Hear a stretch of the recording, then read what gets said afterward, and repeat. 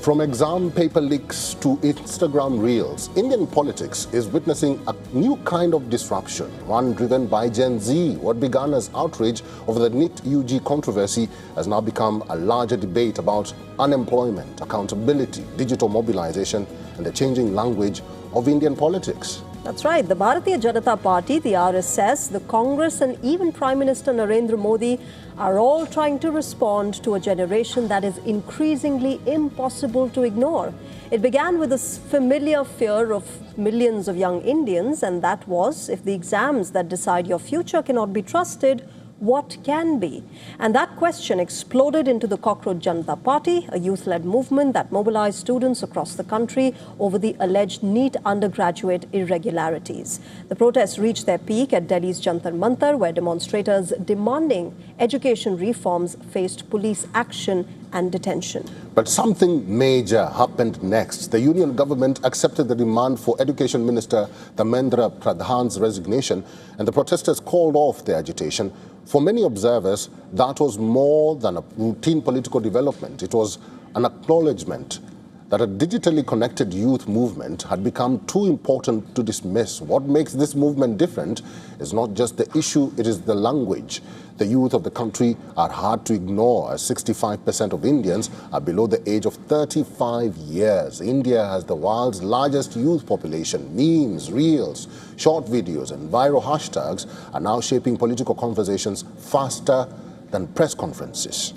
Well, the CJP reportedly amassed nearly 15 million Instagram followers in less than a week, creating what many politicians fear most, and that is FOMO, the fear of missing out on the youth conversation. And that makes Gen Z a decisive voting bloc in the country. Even the RSS has taken note.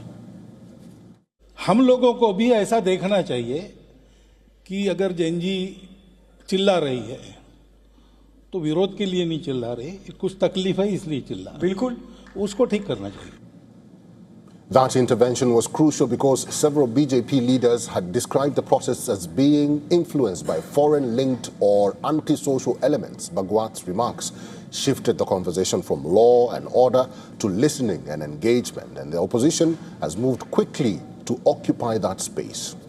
Congress leader Rahul Gandhi launched an Instagram Ask Me Anything session, or AMA, aimed directly at Gen Z. When asked whether he was Batman, he joked, "No one has ever seen me and the Batman in the same room together." Well, he also defended the right of students to protest. However, he said that it's deliberate. It indicates a politics designed for Instagram, not the evening rally. And that is perhaps the bigger story. Remember, Rahul Gandhi, union ministers and regional leaders have all been investing heavily in social media outreach because Gen Z is no longer just a demographic. It is becoming a political constituency. And this generation is digitally fluent, highly networked, emotionally responsive to issues of jobs, exams, mental health, and economic insecurity.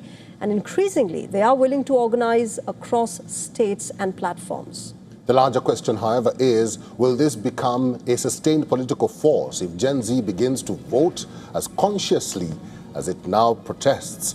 It could reshape not only election campaigns, but the very tone of Indian democracy.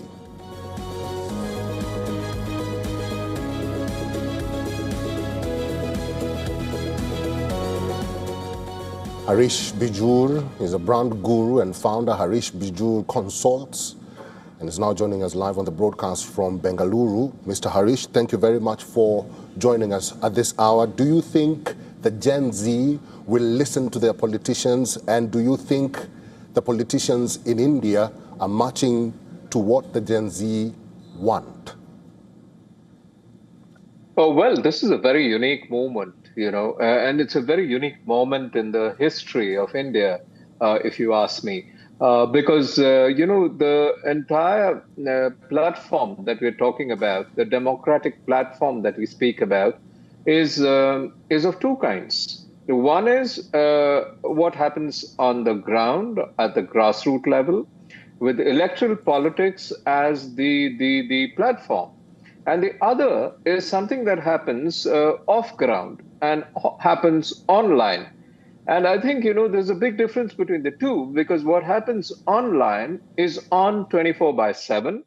participation is on 24/7, and it's a participation of volition. Somebody decides, I want to be there, and they're there. And when they're there, they devote themselves totally.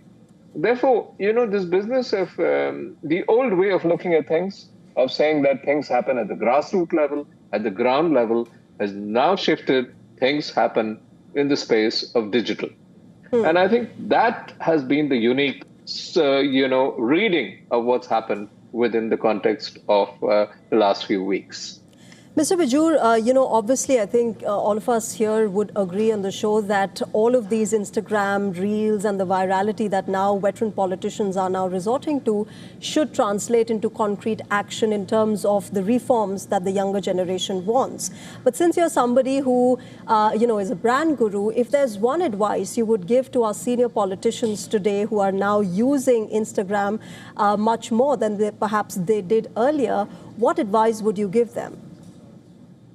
Okay, this is an easy one because, I definitely tell our senior politicians to say that, hey, listen, guys, it's not going to be politics as usual. It's going to be politics unusual. And politics unusual is really what happens among the young of this country, among the young, which, we've been talking about the Gen Z, but just let's look one generation prior to that. There is the millennial. We can't ignore the millennial. And then there is somebody who's called the Gen Alpha. And the Gen Alpha is already out there asking for a lot of things. And Gen Beta is going to come by. We are really talking about many generations and cusp audiences of these generations you have to appeal to. So every politician must look within his party and say, it's not enough to say that I have a youth wing anymore. I need to have politics as usual, which is the senior politician, then the middle-aged politician, then the Gen X politician, Gen Y, Gen Z, Gen Alpha, Gen Beta. You need to have divisions and stratifications in your approach. If you don't, you're going to get alienated from the young, which you can't allow to happen. Yeah. Mr. Bijur, finally and very quickly, what is that one thing that Indian politicians and politicians across the globe can do to woo this young generation, to woo the Generation Z, the Generation Alpha, as you mentioned there, the Generation Beta, as you mentioned there? What is that one thing that they can do to woo them? Because it's not only about language on social media. I think it's about understanding this audience. So extremely critical for the politician to stop being pompous and stop pontificating to an audience. You need to understand Gen Z to cater to it. If you don't understand Gen Z, you cannot cater to it. So invest in humility is the one big lesson that every political party needs to take. Whether in the opposition or in the ruling party, invest in humility, be with them, be like them, understand them, and cater to them. Yeah, and I think that is one of the most significant suggestions that you can give to senior politicians, that you can't be looking down upon youngsters, and not just politicians, just senior people who look down upon youngsters. They need to stop doing that and understand their concerns and their needs. We'll leave it there. Mr. Bijur, thank you very much for joining us on WION and giving us a deeper understanding.